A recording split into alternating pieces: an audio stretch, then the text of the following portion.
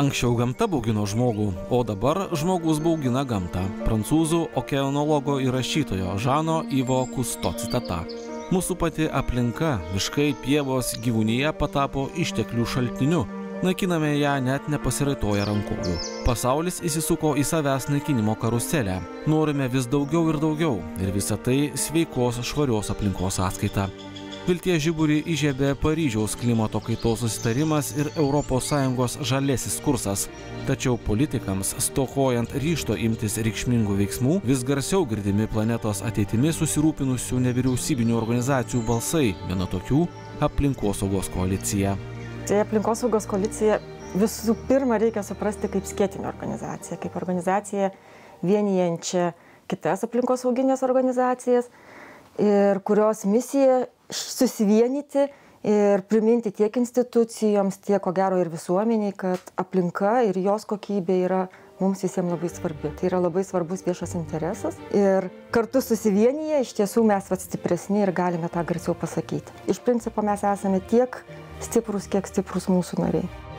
Tačiau pasak laidos herojės Linos, kovoti už viešą interesą nėra lengva užduotis.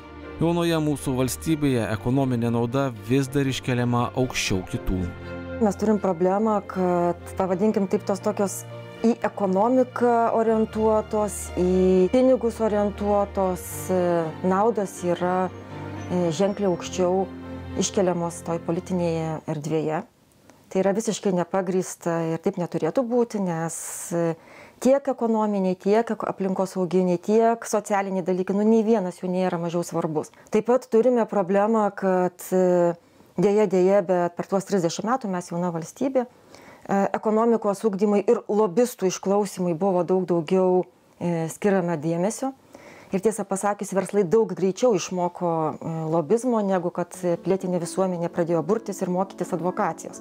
Tai mes turim tą tokį pasakyti disbalansą. Kiek balsų šneka už pinigus, o kiek balsų šneka už viešą interesą. Bet čia yra ir dar vienas aspektas, tai yra, kad šiaip tai mes kaip rinkėjai visi išrenkame viešą interesą atstovauti politikus, institucijas. Tai vėlgi mes dabar pradedam suvokti, kad matyti ten irgi šiek tiek nuo to ilgo laiko disbalansų yra pasikreipę. Tai yra, matyti nevyriausybininkai turi ateiti ir atstovauti viešą interesą. Nevyriausybininkai turėtų tik priminti institucijom, kad jos yra tas pagrindinis atstovautojas.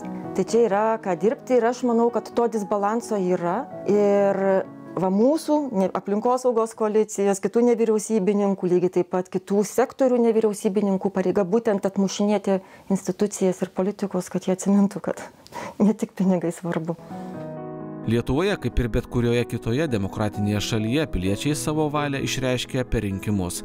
Ir nors politikams įsprūsta tokios frazės, jei kažkas nepatinka, po 4 metų išsirinksit kitus, nereikėtų pamiršti, kad piliečiai gali dalyvauti politinių sprendimų priėmime ne tik per rinkimus. Nevyriausybinės organizacijos gali turėti didelę reikšmę politiniuose procesuose, tačiau tam reikalingas mūsų, kaip piliečių, palaikymas. Tai Aplinkosaugos koalicija su visom savo narėmis yra kaip ir išraiška tos pilietinės visuomenės, organizuotos pilietinės visuomenės. Ir iš tiesų tam, kad piliečiai būtų girdimesni, tam, kad piliečiai turėtų tą savo balsą ne tik per rinkimus, o per visą, pavadinkim, tą politinį ciklą, yra labai svarbu būtent tas organizuotumas. Tai vienas dalykas yra burtis į tas asociacijas ar kažkokias organizacijas pagal temą, kuri svarbi. Kitas dalykas tai yra, tarkim, tapti sekėjais, ar Facebook'e, ar naujienlaiškį užsisakyti.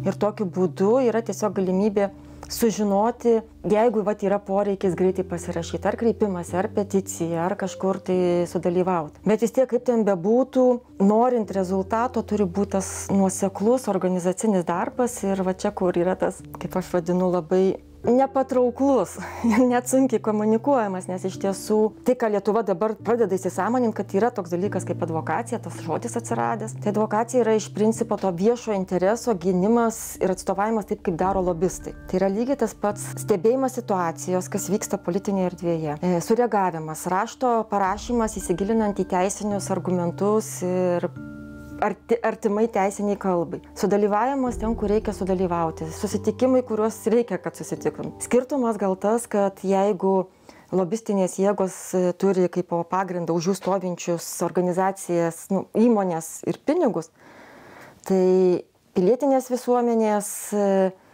tas įgalintojas yra būtent tie žmonės, kurie, jeigu reikia, pasirašys, jeigu reikia, parems. Tai yra ta tokia galia kyla iš kito dalyko. Aišku, ta galia kyla ir iš to, kad neši mokslinės žinias. Tai ne vien tik pilietinė visuomenė, bet ir mokslininkai. Mes labai daug bendravom su mokslininkais ir siekiam, kad tas mūsų pozicijos būtų ginant viešą interesą, bet būtent pagrįstos kuo patikimesnėmis ir gilesnėmis mokslinėmis žiniomis. Tai čia paklausėt apie tą, kaip įsitraukti. Tai vis dėlto, kaip ten bebūtų, bus tos dvi kojos. Tai viena ta nuoseklus darbas, kurį sunku iškomunikuoti ir paaiškinti. O kitas dalykas tokie taškiniai, kada reikia paramos. Kaip aš su gamtos atkūrimo reglamentu, mes per vieną dieną, iš pradžių norėjom, kad organizacijas pasirašytų, o paskui per vieną dieną, man atrodo, 800 parašų gavome tiesiog iš piliečių, nes pamatėm, kad rūpi ir jie patys pasirašinėjo. Ir tai buvo tikrai pastiprinantis poziciją, tas toks argumentas, kad tu atneši, žiūrėkit, dar ir tiek žmonių. Gamtos atkūrimo reglamentas vienas pavyzdžių, parodančių, kokią didelę galią turi aktyvios nevyriausybinės aplinkosauginės organizacijos ir neabejinga visuomenė. Ir nors dalis kelio jau nueita, reglamentas priimtas, svarbiausia dalis jo gyvendinimas dar priešakyje. Apskritai, gamtos atkūrimo reglamentas yra pirmasis teisės aktas po ilgo laiko tarpo, pirmas europinis teisės aktas būtent nukreiptas į gamtos apsaugą. Mes turime tas vadinamasias gamtos direktyvas, tai paukščių direktyva, buveinių direktyva, kurios veikia ir kurių pagrindų mes turim tas taip vadinamas Natura 2000 saugomas teritorijas įsteigtas. Čia nežinau, kiek čia yra žinančių, bet yra tas europinis tinklas saugomų teritorijų Natura 2000 ir jo pagrindu šitų direktyvų yra įsteigtas tas tinklas. Visgi tai nėra pakankama, kad kažkaip mes ir kalbėjom, kad užkirstų kelią tai natūralios gamtos praradimui. Ir dabar su žaliuoju kursu buvo nuspręsta įdėti papildomų pagalbos, tokių nurodymų, tai kaip mums reikėtų ne tik apsaugoti, bet jau ir tą atkūrimą pradėti. Ką tai reikštų? Tai reikštų papildomus tų buvusių gamtinių direktyvų įveiklinimą didesnį, plus pareigą atkūrinėti ir užsaugomų teritorijų tinklą. Apie ką mes šnekam? Mes šnekam apie likusius senesnius miškus ir jų apsaugojimą. Mes kalbam apie pievas, mes girdime, kad Lietuvoje pievų mažėja, tai iš principo tai yra papildomi svertai mažinti tų pievų praradimą ir kažkur tai pradėti atkūrimą. Mes kalbam apie pelkes. Vėlgi mes žinom, kad Lietuvoje dauguma pelkių yra arba nusausintos, arba eksploatuotos. Tai reiškia, reikia užtikrinti apsaugą, kas dar likę, ir vėl pradėti atkūrimą. Mes kalbam apie upes ir užtvankų šalinimą, mes kalbam apie jūrą. Tai yra iš principo per visą mūsų Lietuvą turėtų būti užtikrinimas, kad apsaugotumėm, kas liko, tiek jau pradėjimas atiduoti gamtai. Tai tas gamtos atkūrimo reglamentas dėja susilaukė labai didelės priešpriešos. Labai didelės priešpriešos europinių mastų iš lobistų tiek žemės ūkio, tiek miškų. Ir jisai buvo per plauką, kad jau būtų nepriimtas. Bet kas įdomu su gamtos atkūrimo reglamentu, kad iš tiesų greičiausiai precedento neturinčių būdų susivienijo visos Europos piliečiai.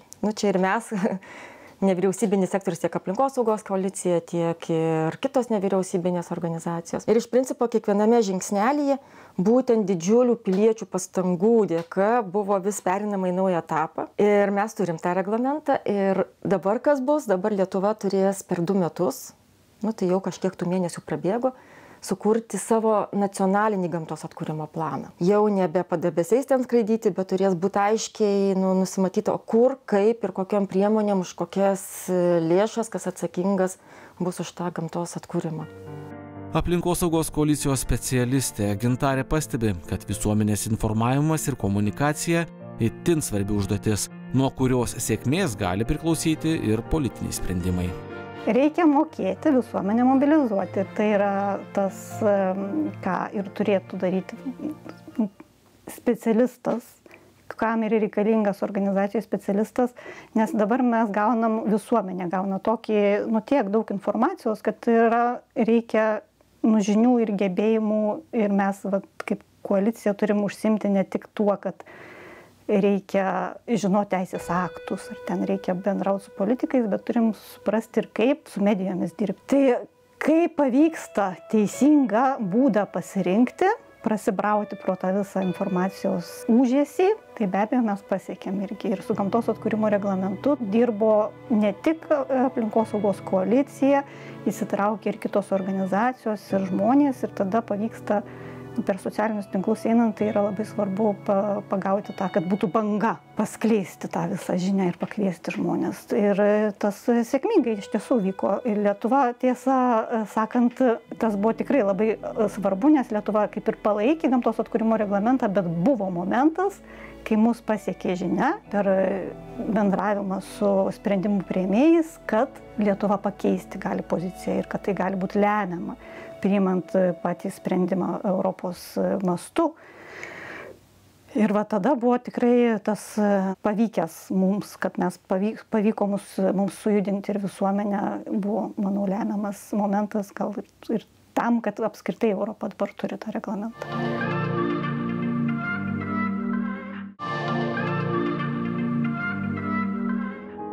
Aplinkosaugos koalicija yra skėtinė organizacija, telkianti Lietuvos nevyriausybinės aplinkosauginės organizacijas, tam, kad būtų užtikrintas stabilus klimatas, sveika aplinka ir santarvė su gamta.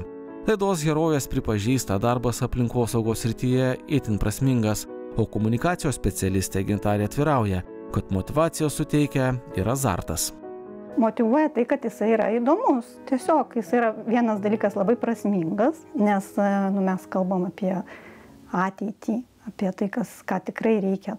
Tikrai reikia padaryti ne vien tik savo, bet ir apskritai ateities kartoms.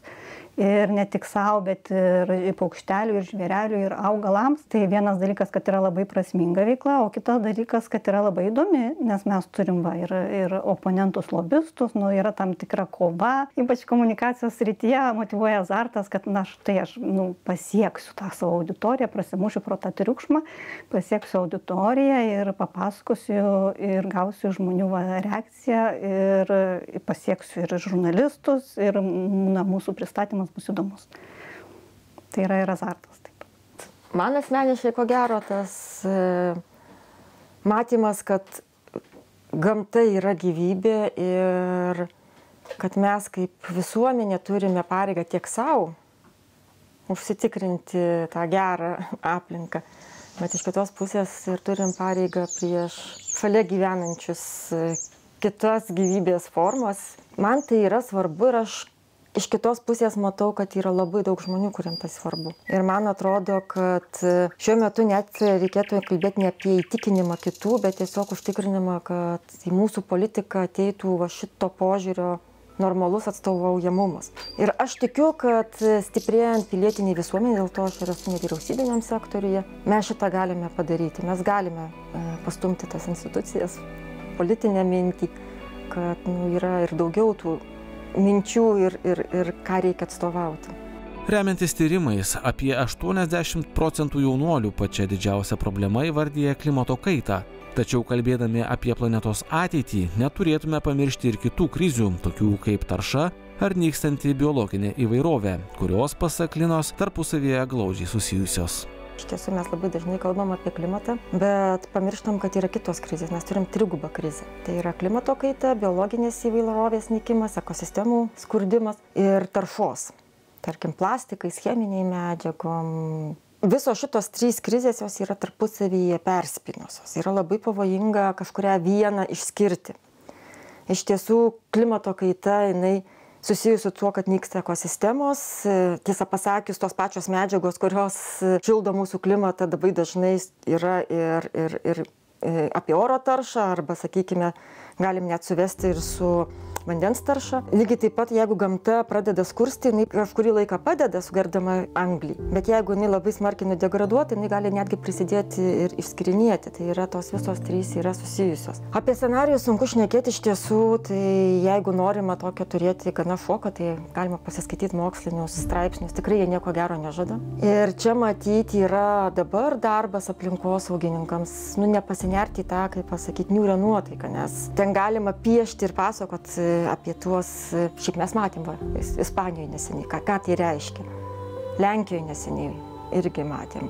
Turim gaisrus Amerikoje, tiek Australijoje, didžiulis, tiesą pasakius, ir Europoje. Tai tie scenarijai, nuvažiuoji į pietų Europą, jau gali matyti, kur link juda. Tai čia dar vienas skambutis iš daugelio, kad tai rimta. Ir šioje vietoje galbūt ir nepanirti tą tokią, kaip pasakyti, neviltį, bet vėlgi eiti ir raginti tam pokyčiui.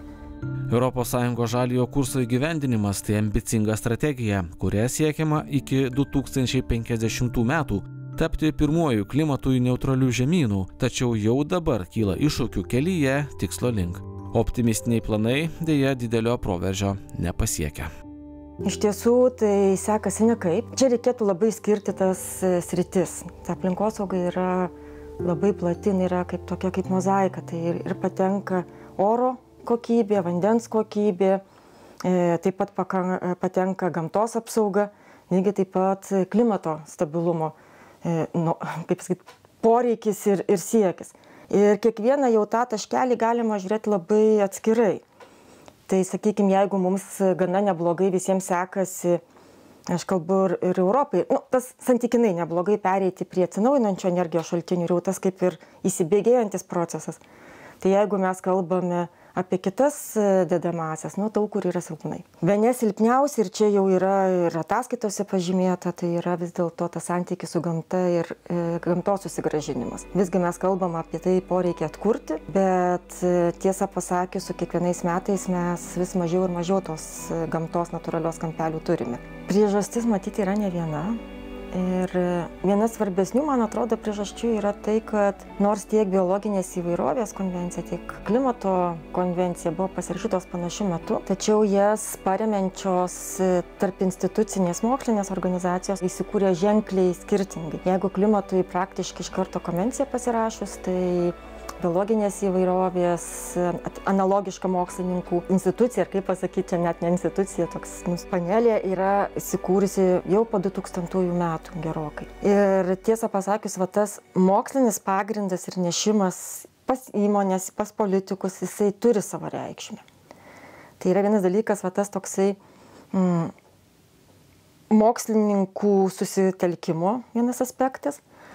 Antras dalykas yra būtent kokių priemonių reikia imtis. Jeigu mes su klimato kaita turim imtis ir technologinio pokyčio, iš tiesų ir gamtos apsaugos, nes technologijos, nei vien tik tai gamta, nei vien tik technologijos neišsaugos, tam nei klimato turi būti viskas pasitelkiama. Tai būtent tos technologinės yra tos patrauklesnės, nes vieną verslą gali pakeisti kitas verslas. Ir tai jau tampa nebe kažkokia aplinkosauga, kad tampa kaip ekonomikos keitimas ir tiesiog pinigų, pavadinkim taip, perdėliojimas. O gamta visgi reikalauja atsitraukimo, jinai iš principo reikalauja kito santykio su aplinka. Tai yra mūsų to eksploatatyvaus žiūrėjimo, kad čia yra medis, tai išteklius, kas buvo net mūsų miškininkystė pastatyta medžius auginti kaip ištekliui. Tai čia jau reikalaujama iš principo naujo požiūrio, naujo pasaulėvaizdžio. Iš čia kyla didelis, kaip pasakyti, konfliktas.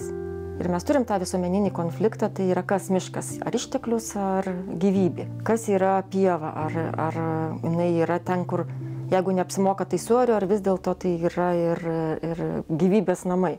Tai aš tai sakyčiau, tai yra vienas dalykas ir mokslas vėliau, toks susivienijo, iš kitos pusės tai yra ir kultūrinis tas pokytis, visai kitas reikalingas. Visgi rankų nuleisti nereikėtų. Itin reikalingas pokytis ir mūsų pačių tiek verslų, tiek žmonių požiūryje į supančią aplinką. O stipri pilietinė visuomenė gali tapti pagrindiniu valstybės tobulėjimo katalizatoriumi, pakreipiančiu politinius sprendimus teisingų kelių. Savo sąžiniai, savo asmeniškai, kad negraužtų tą sąžinę, tai sprendimai yra paprasti aiškus, tiesiog mažiau vartoti. Pagrindinis, toks paprastas sprendimas ir taip sunkiai įgyvendinamas dabar yra mažiau vartoti, nepirkti. Nepirkti ten naujų drabužių, pasirinkti kuo mažiau įpakavimo turinčius produktus ir taip toliau. Bet mes kaip aplinkosaugos koalicija, tai mes suprantam, kad kiekvieno žmogaus asmeniniai sprendimai, jie yra svarbus, bet jie nepakeis visos situacijos pasaulinės. Ir tam, kad ta situacija iš esmės reikšmingai galėtų keistis, tai yra reikalingi sprendimai jau politiniam lygmenyje. Kodėl mes ir pasiėmę esam tą veiklos kryptį ne tokia, kad na štai jūs šito vieno miško nekirskite arba šičia kažko nedarykite, bet pasiėmę tą kryptį, kad siekiame reikšmingo pokyčio, kuris būtų visiems miškam.